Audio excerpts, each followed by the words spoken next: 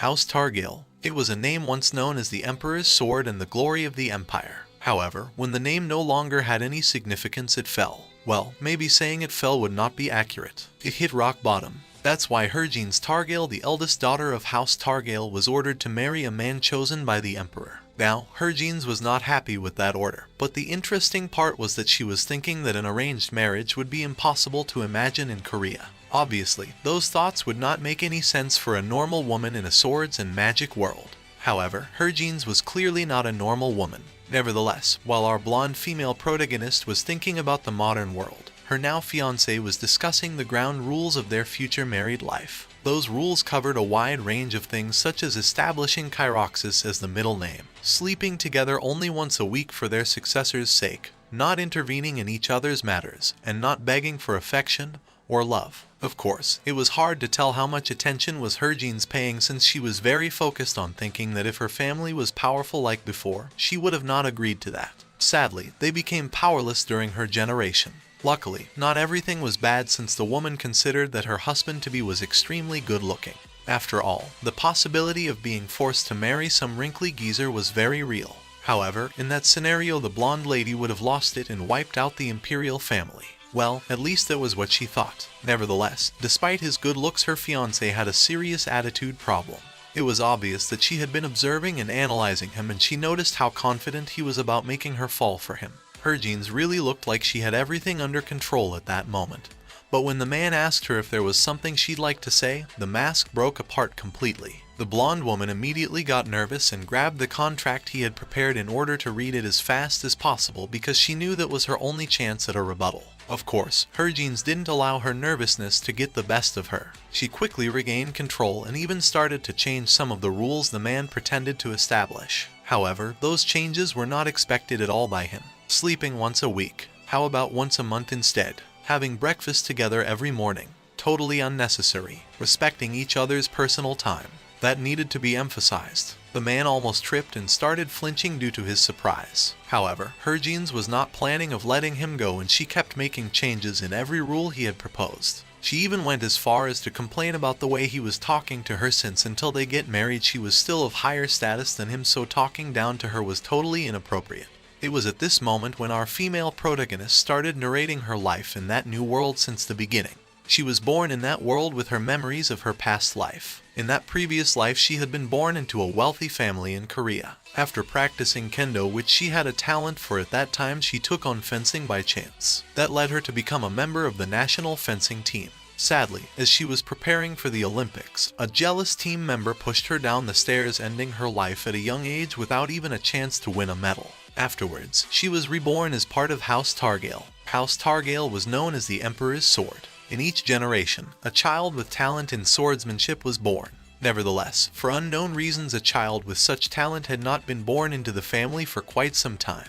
Then her brother Eshin was born, but even he wasn't talented with a sword. Years went by and their parents passed away while they were still young, and the family business also failed, putting them in debt. They asked for the imperial family's help, but they refused them every time. The Order of Targale was also disbanded. They sold everything they had to survive, barely paying off their debt, and all that was left in their huge state were just Eshin and her. As the older sister, she was aware that she needed to make money to feed her brother and keep their state. The thing was how she was going to do that. Of course, she could have gotten married to a rich merchant, but the thought of that alone disgusted her, since they were not her type, and she didn't want to throw her life away that easily. However, what could a daughter of a count do to make a living?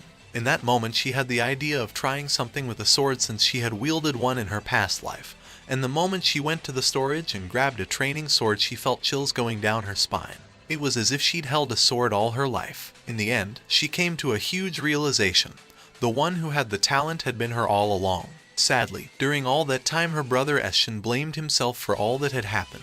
Nevertheless, she couldn't let him know about that yet, since there was no way a woman could become a knight in that world. That's why, after spending several days thinking about the whole matter, she came to the conclusion that she should do whatever she could to keep them afloat. So after sending Eshin to his school's dormitory, she decided to become a mercenary. In order to do that, she had to cut and dye her hair and bound her chest to be able to head to the battlefield and make money. Becoming a mercenary was easy for her because every battlefield always had a demand for human shields and no one asked where she was from or who she was. Furthermore, she ended up siding with the Valor army and they paid her a lot, plus she was familiar with that area. Of course, the mercenary life was not easy. Despite her disguise, many men found her feminine enough to start harassing her. Fortunately, she had enough strength to beat the crap out of them in order to set an example and keep them in check. In fact, people started calling her the pretty-faced monster, which ended up becoming her nickname. Actually, her fame started growing to the point the rumors reached the ears of Sean Kyroxis's troops. Yes, the troops of the guy who would eventually become her fiancé. Year 994. Enix calendar. Battle of Kirkla. The whole battlefield was a huge mess with blood everywhere and screams covering the entire area. In the middle of that chaos, Herjin, still dressed like a man, was fighting against multiple enemies. Fortunately, thanks to her speed, agility, and graceful movements, she managed to defeat them time and time again. Sadly, they were outnumbered and eventually the retreat order came, so she didn't hesitate to follow it since she didn't want to die there. However, while she was running away, she saw a weird scene. A Valwarian knight was charging toward one of his own. It was a treacherous attack, and that was why the victim didn't see it coming and fell while the other yelled he hoped his victim rotted and died there. Herjin at the beginning tried to ignore the whole thing since that was not of her business. However, her kindness got the best of her and she ended up helping the victim. Luckily, the man was still alive and conscious, so she picked him up off the floor and took him away. Some time later, she treated his wounds the best she could and managed to stop the bleeding. Of course, his condition made the man rave about killing everybody, which made Herjin to wonder what wrong he had done to deserve that. Finally, the man woke up and after confirming she was a mercenary and a dude, she asked him why he had saved him. Herjin replied she did it for no particular reason, and after telling him he was on his own from that moment on and leaving him a piece of bread, she prepared to leave. But the man asked what was her name.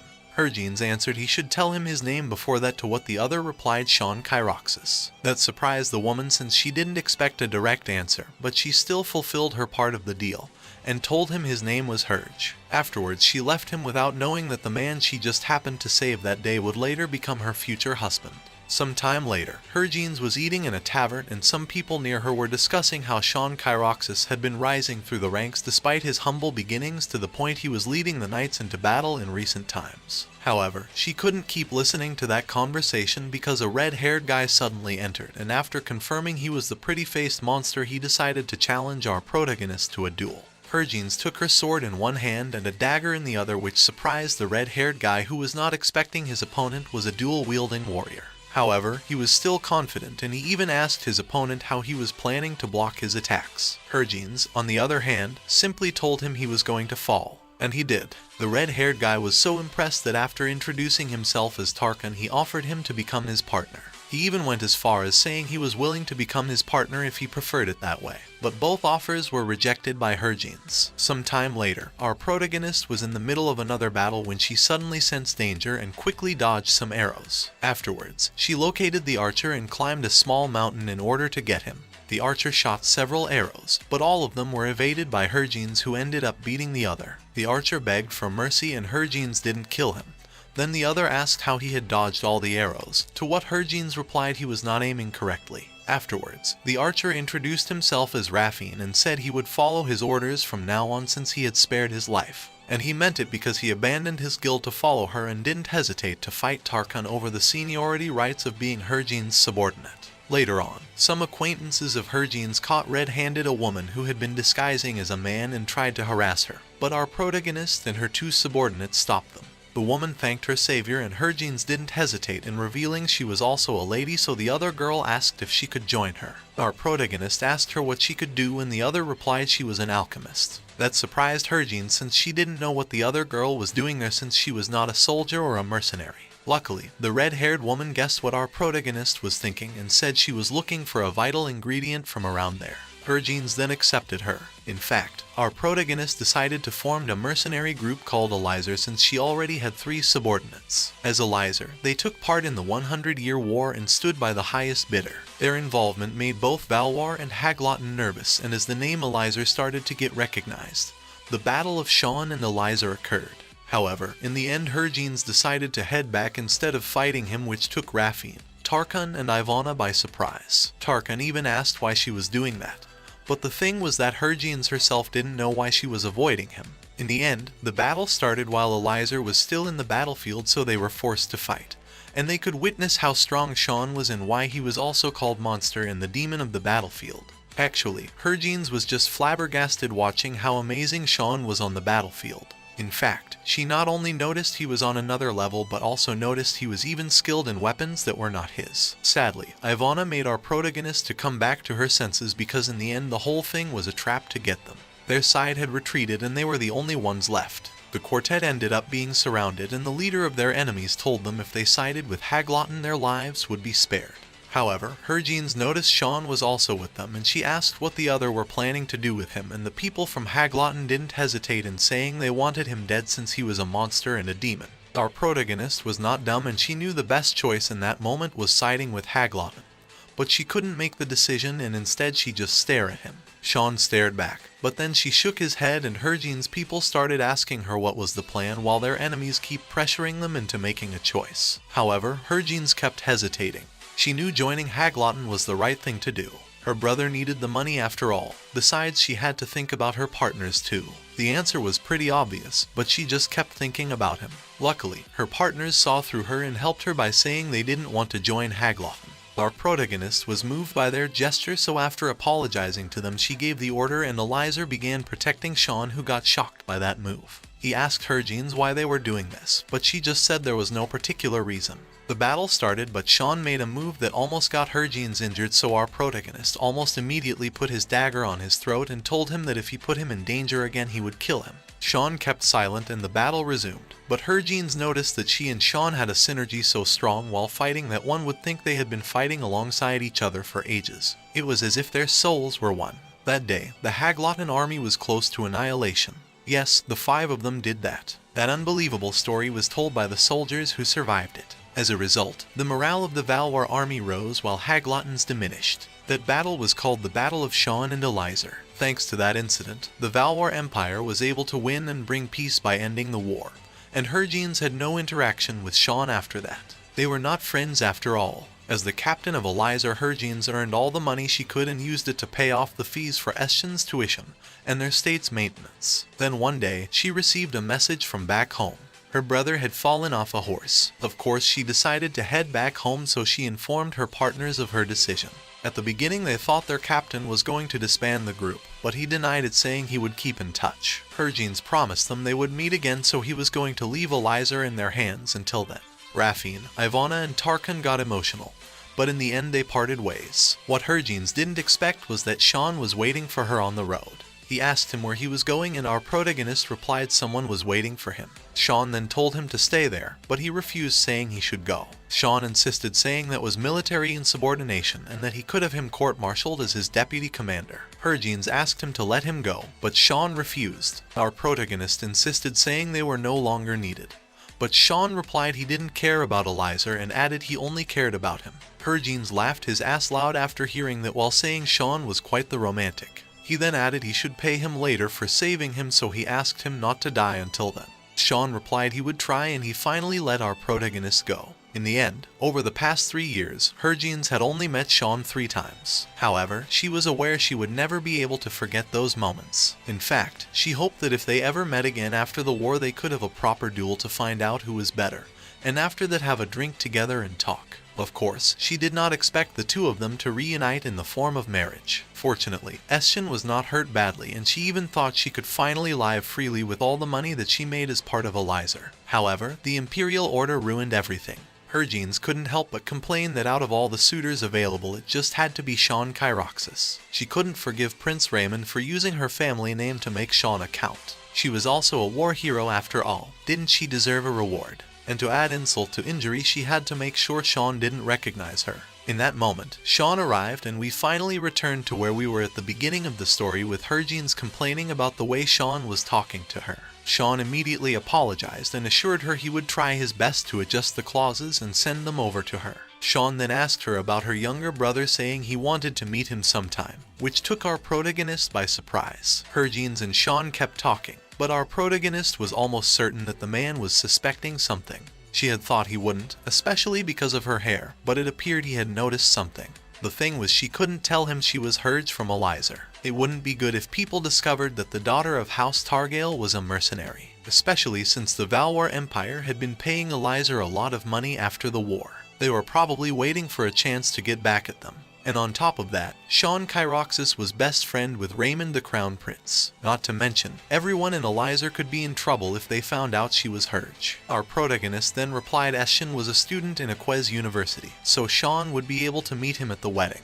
That revelation surprised Sean, who immediately asked if Eshin had deep blue eyes like her, to which Hergine said her brother's eye color was a lighter sky blue. Some time later, Sean was having tea with Raymond, who asked his friend about his thoughts on Lady Hergine's Targale. Sean said she reminded him of someone he knew, an answer that was not expected by the prince. However, Sean kept thinking that Hergine's was very similar to Herge. Even though she was a woman and her hair color was different, she reminded him of the man who left quite an impression and a debt he would never be able to repay. Of course, the prince didn't know the whole story, so he asked him how Hergine's could remind him of a lady he already knew, and then started teasing him, saying the innocent lady would be marrying the bad boy. That comment amused Sean because Hergine's was nothing like the ladies he had met until then. She was headstrong for a daughter of a noble family, to the point she even amended the marriage contract with the tenacity of a mercenary. Luckily, Raymond didn't notice Sean's thoughts and asked him to not divorce her and stay by her side even if he didn't want to, or else it would complicate things regarding his title.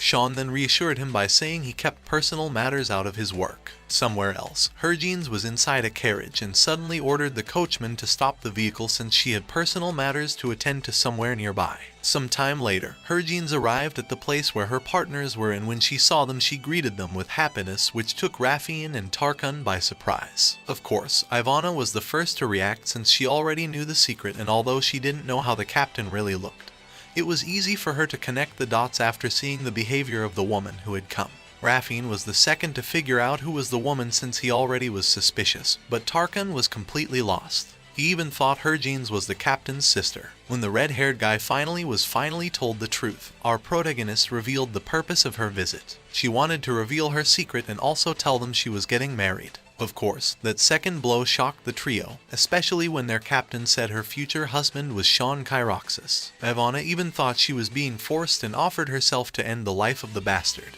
Tarkan then thought that was the reason why she hesitated at the battle of Sean and Elizar. He thought the reason was they already knew each other by that time.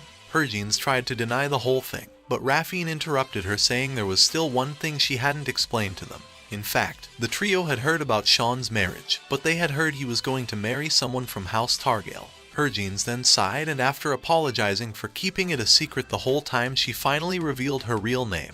However, Hergine's quickly tried to explain things were not that simple since she was a woman, but Raffian interrupted, saying he understood. They would make a mockery out of House Targale if they found out that a woman had been born with that talent. In that moment, Tarkan finally understood everything, and Ivana reprimanded him for being slow. Of course, the trio also realized people would be more surprised if they found out that Herge of Elizar was a woman. For that reason, Hergine's asked them to keep the secret, and the others told him she didn't have to worry about it. Ivana then offered Hergine's she would make a liquid bomb in case Kyroxis did anything stupid, but our protagonist replied that wouldn't be necessary. Raffian then offered to keep watch nearby and shoot him with his arrow, but Hergine's also refused since he would get caught. Finally, Tarkan said he would challenge Sean to a duel, but our protagonist replied he would probably lose, making the red-haired guy sad. In the end, the quartet kept on drinking and enjoying each other's company for a while, and her partners told Hergine's that if she ever wanted to run away in the middle of the night, she knew where to find them since they would help her even if they didn't stand a chance. Some time later, Eshin returned home and Hergine's greeted him with joy since she was very happy to see her little brother.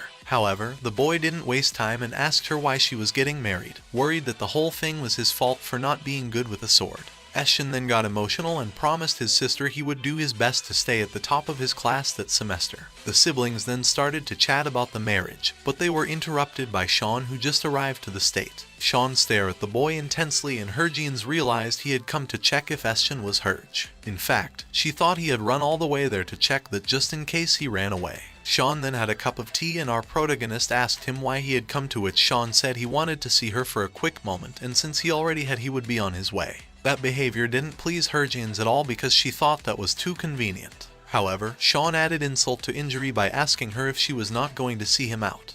Jeans got pissed then since he was the one who had showed up in the first place. Nevertheless, in the end she agreed, and while they both were walking outside she ended up admitting that despite having quite the temper he was sure stunning. Not to mention his skin was nicely toned.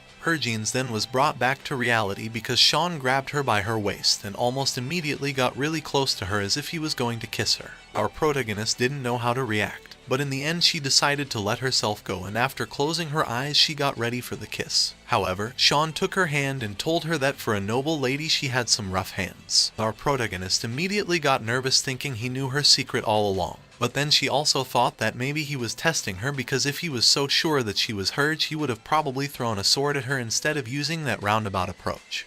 Jeans then told him that her family was not wealth compared to other nobles, so she had had to work to survive despite being a noble lady. Of course, saying all that while being so close to him was not easy at all. Sean then hugged her, which made her flinch, and afterwards asked her what kind of work while whispering in her ear.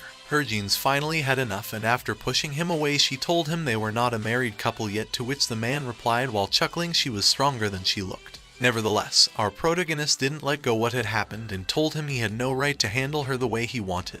The man replied he would have the right after the marriage, but Jeans made very clear he wouldn't ever have the right to do so. However, instead of getting angry, Sean started laughing and replied he was looking forward to it. Some time later, a red-haired woman entered like a storm in Sean's study. In fact, his butler had to apologize to him because he couldn't stop her. However, Sean remained composed even when the lady asked him if he was really getting married. The knight then said to the woman called Cecilia that was not the time for small talk. Nevertheless, the lady ignored his words and told him no one knew what Jeans sold while doing business overseas. She went as far as to add that for all they knew, it might not just be material goods. Sean then made her notice those were some harsh words. Nevertheless, Cecilia didn't take the hint, and after leaning towards the knight in a provocative way she even told him she didn't care if he got married. The woman even started to undress, trying to seduce the knight. But Sean's reaction was not what she expected, because he asked her since when was she given the authority to do as she pleases. The knight then added that he could only tolerate her disrespectful attitude for so long, which made the butler to do a huge effort to contain his laughter. Of course that displeased Cecilia, who quickly left the study while haranguing. She even slammed the door. After she left, the butler told Sean that apparently Lady Cecilia had fought with her father, Count Epperton, about marrying him recently. Nevertheless, that information barely interested the knight, who instead asked if Reeve was back since he needed to go see him. The butler replied he was not back, and then Sean asked about Eliza, and the other said they were still working without their captain. However, he added that it seemed like they had gathered in secret recently, and Herge was also present. The knight then asked what the other had found about House Targale, and the butler proceeded to report his findings. According to his investigation, in the year 994 of the NX calendar their parents passed away, and their son Estian entered Aquez University. The whereabouts of Jeans Targale at that time were unknown, although he was told that she had lived overseas for business reasons. Then in the year 996, she came back to the Valwar Empire and hadn't left since. Sean then asked if Aquez wasn't known for its high tuition. Unfortunately, after apologizing, the butler replied that they still hadn't exactly figured that part out. However, he added they were doing their best to look into it. Sean then started to think it was not easy trying to find people after the war, since most of them never make it back. Afterwards, he started to wonder what would have happened if he would have told Herge to stay at that time. Sean wanted to ask Herge why he had saved him that time, although he was pretty sure the other probably would have smiled and answered no reason. The butler then got bold enough to ask the knight if he was suspecting that Lady Jeans might be Herge. However, although the question surprised him, Sean replied sincerely, saying he was not sure. In fact, he added that he would like to see her wielding a sword. The butler then said that there was something rather trivial from that day's report. Apparently, he had been informed that Master Harvin was currently in the process of making a rapier and a main gauche. Of course, that piqued Sean's attention since those were Herge's weapons. Not to mention he was surprised Master Harvin had accepted the order, because last time he placed an order that cranky old man didn't even bother listening to him. Sean then recalled that Master Harvin only crafted weapons for those who were truly skilled, which could mean only one thing. The knight then ordered the butler to keep watch on the smith's shop. Some time later, in that smith's shop, Jeans arrived and Harvin greeted her with a smile. He even told her that he thought he had created a masterpiece. He went as far as to add some decorations fit for a lady and ask a friend to make a pretty case and belt for her. Jeans was really pleased with that, and she started remembering how they had met 1 year before. Of course, at that time Harbin mocked her after she told him she wanted him to make a rapier and a main gauche for her. He then threw her a wooden stick and asked her to show her skills. It was then Herjine's turn to mock Harbin, and after purposely pretending she didn't know what to do, she suddenly executed a powerful thrust that impressed the smith. Harbin even told her she was the second because the first was Sean Kyroxis. That revelation made her flinch, and she asked if he was making a sword for him, and when Harbin said he wasn't, she then asked him why not. The smith then told her that he didn't need one because for Sean it didn't matter if the sword he wielded was made by the greatest blacksmiths in the world or a cheap one from the bin. Herjines didn't fully get the explanation, but at least got relieved thinking he was not going to the shop to pick up a sword. In the end she asked him if he would still accept the order, and the smith said he would, although it might take a while. Harbin then asked her where to send the weapons, and she replied to House Targale, which shocked the smith. Back to the present, Harbin showed both weapons to Herjines, whose eyes were literally shining since she thought they were gorgeous. However, in that moment someone knocked the door and our protagonist froze when she discovered the man who was knocking was Sean. Herjines quickly regained her composure and hid inside the shop in time so when Sean entered he didn't see her. Our protagonist then decided to left the shop through the back door, but then she realized the knight had brought his men with him. In the meantime, Sean asked Harbin if he could make him a sword and the other refused. However, in that moment the knight said there were rumors that the smith was working on a new sword recently, and he then asked what sword he was making. Harbin replied that he was working on a rapier and a main gauche, which shocked Herjines. Sean then asked who had placed the order, but the smith didn't say anything. The knight then said that wielding a rapier and a main gauche together was not that easy.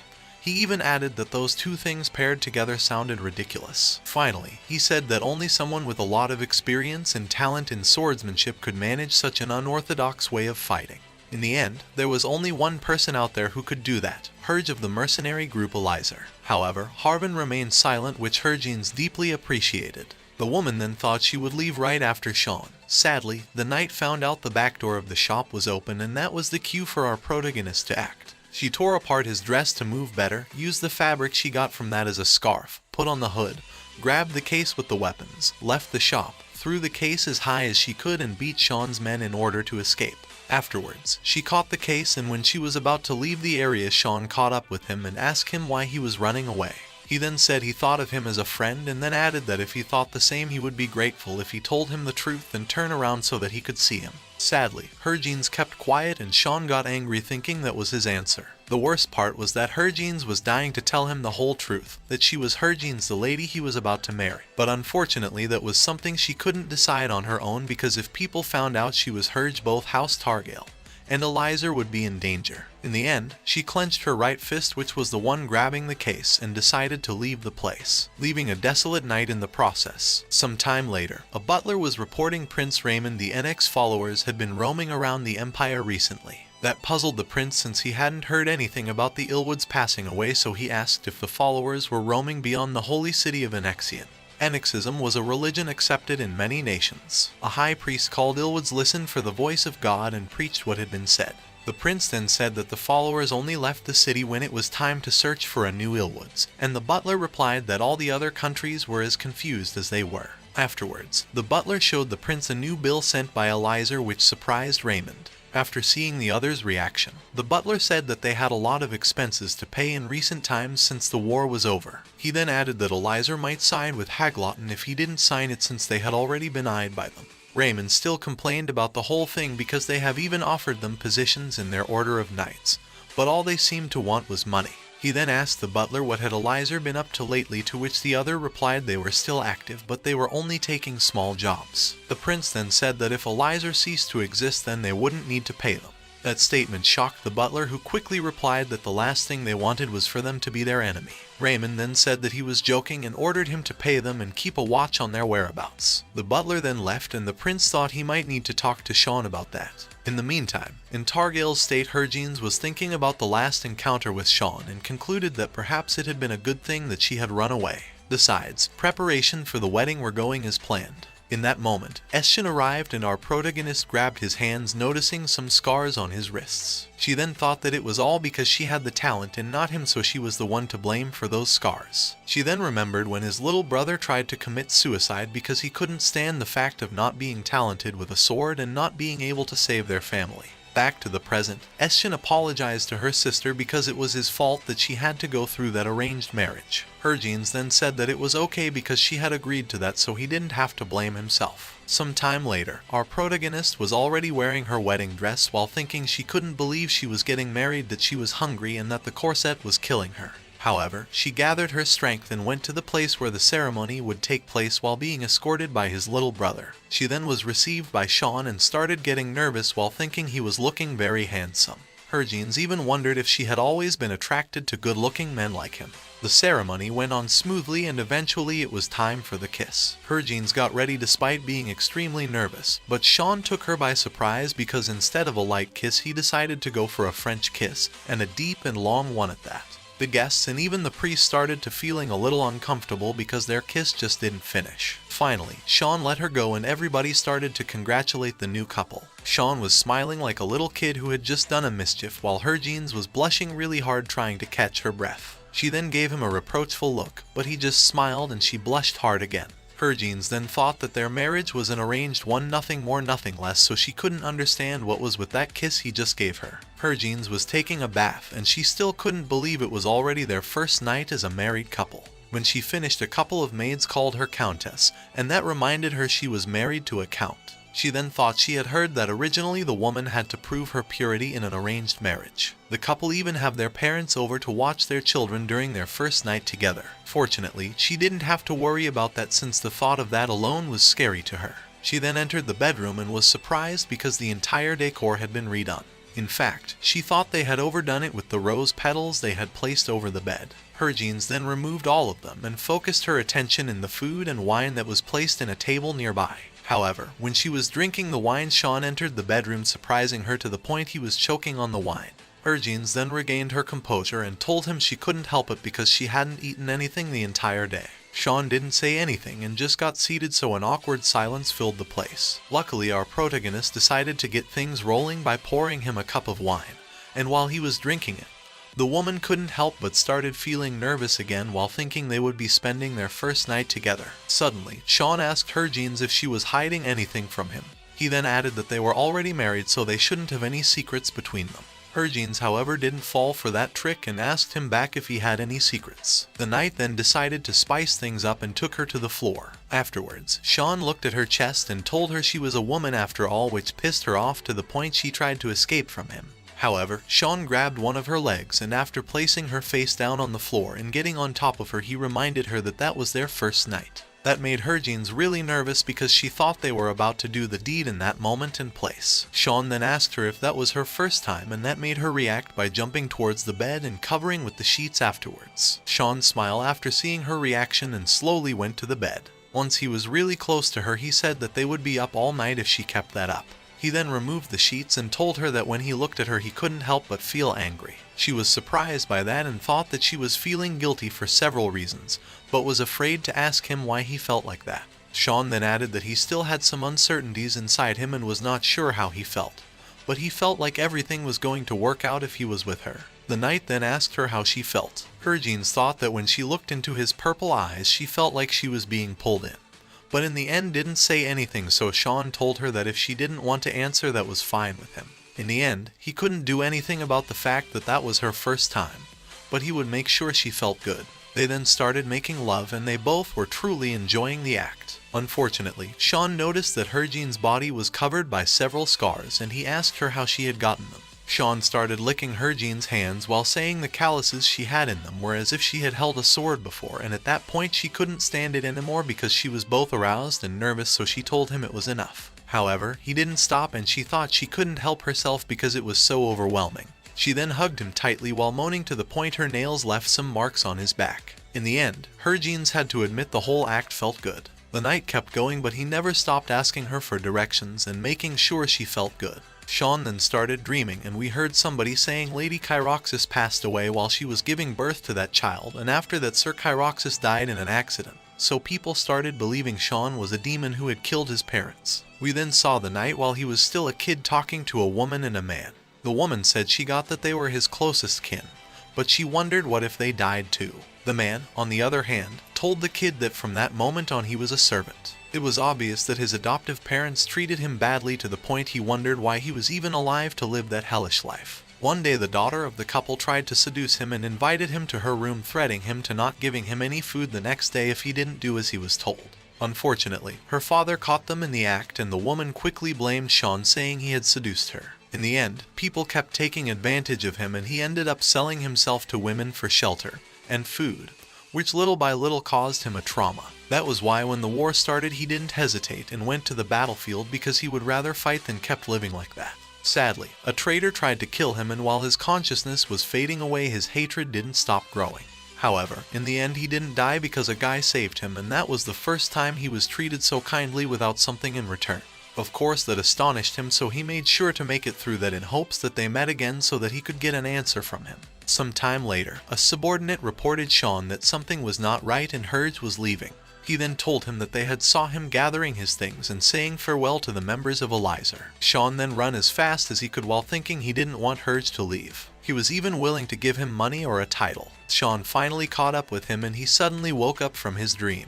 He then stared at Hergines, thinking she was beautiful, but that there was something unusual about her since she was definitely not like the other ladies. We then found out that he didn't plan on spending the night with her, but seeing her having a little party for herself made him change his mind.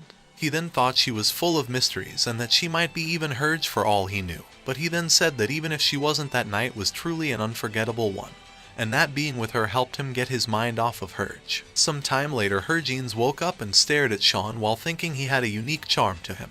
The knight then woke up and caught her staring at him. Hergines asked him if he had slept well, and when he said good morning to her, she couldn't help but blush hard while asking herself why was her heart beating that strong and fast. He then took advantage of her distraction to give her a good morning kiss that make her blush even more. She was aware that they were a couple and that they had even spent the night together, but she still didn't understand why he was being that friendly all of a sudden.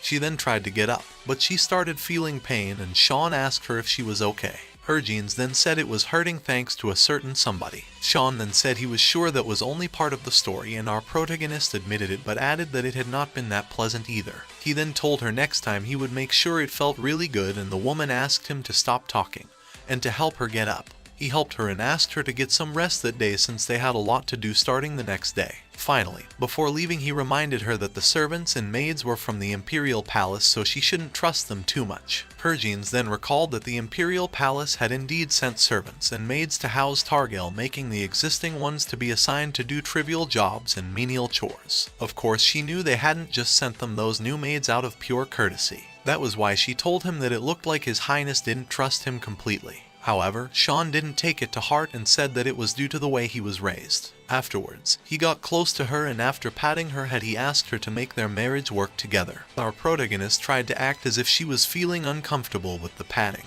but after he left she kept looking at the door while touching her head and blushing. Afterwards, she received a congratulatory gift from His Highness, which was a necklace paired with 2 earrings, and the 3 pieces screamed luxury, especially because of the big diamonds they had. Hergines started to feel super pressured after seeing it, but tried to remain calm and said she should send him her gratitude. Unfortunately, she overacted a little and the maids got the impression the lady was not impressed with those big diamonds. However, the maids quickly regained their composure and told Hergines that now that she was the Countess of House Targel, she had to attend social gatherings from that moment onwards. That brought back some memories to our protagonist, who recalled that she had already made her debut in high society. However, her family was already in ruins at that time, so nobody took interest in her. Not to mention that according to her memories, the men of high society always talked about women. Stories of harassment and their escapades were just something for them to brag about, and it was common for nobles to have a lover or 2 even if they were married. So as someone with the memories of their past life in modern society, she just couldn't relate. Nevertheless, she had to accept that from that moment onwards she would be carrying a fan and would head to parties instead of carrying a sword and head to war. Somewhere else, some butler reported to a noble that the wedding at the Targel Countship had ended, and the noble said that that insignificant fool had ended up becoming a Targel. Afterwards, he ordered the butler to send the prepared gifts while making some disapproving sounds, since the noble was visibly angry after seeing some dirt on the balcony railing. The butler noticed the gesture and what had caused it and immediately went to clean the railing, while the noble thought that noble, perfect, and beautiful were not the words that best described Sean Kyroxis. Back with her jeans, she was in her study writing something when she suddenly stopped to massage her shoulders, thinking that she was glad Sean and her at least worked well together. She then went to the balcony and stretched while thinking he seemed like the type to do whatever he wanted. Yet he always respected her opinion and kept her up to date on things. In the end, our protagonist simply threw herself onto the bed wondering if he was returning that day or not. She then recalled that after their first night together, Sean had been kept busy at the Imperial Palace, so she hadn't been able to see him, although he had said to her that he would be coming back that day. She then thought that a part of her wished he didn't return while another part of her wished he would. Herjeans then wondered what was that uncertainty that she was feeling because she believed she was starting to miss him.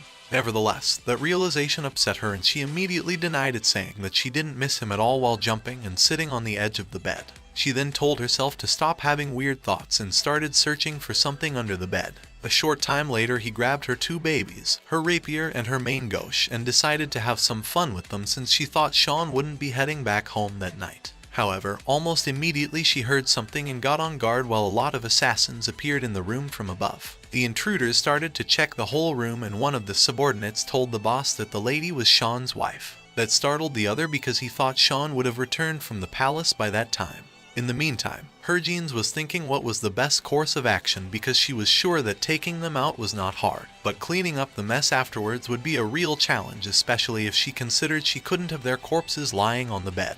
An awkward silence filled the room and soon after the assassins decided to attack. However, Herjeans, instead of attacking, told them that she was in a bit of a pinch at that moment, so she was willing to let them go. She even said that if they left without making a noise, she wouldn't even ask who had sent them. Unfortunately, the assassins didn't take her seriously and continued their attack, forcing her to beat the crap out of them. Her power was so overwhelming that she didn't have to unsheath her weapons to defeat them. Of course, that meant they could keep fighting, so Herjeans decided to change her approach to the whole situation since she didn't have time for any of that.